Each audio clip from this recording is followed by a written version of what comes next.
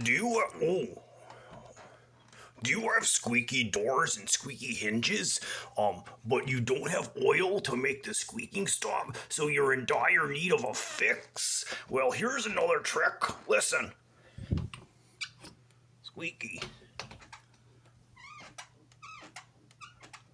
Yeah, well, if you have like cooking oil, just get the cooking oil, and just do a quick spray. And then rub it in with your fingers. And then wipe it off quickly. Oh, that guy.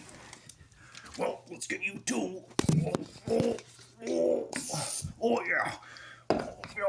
All right, ready? Squeaking stopped. Well, I hope that was helpful also. So if you need more tips and tricks, just come back to my channel.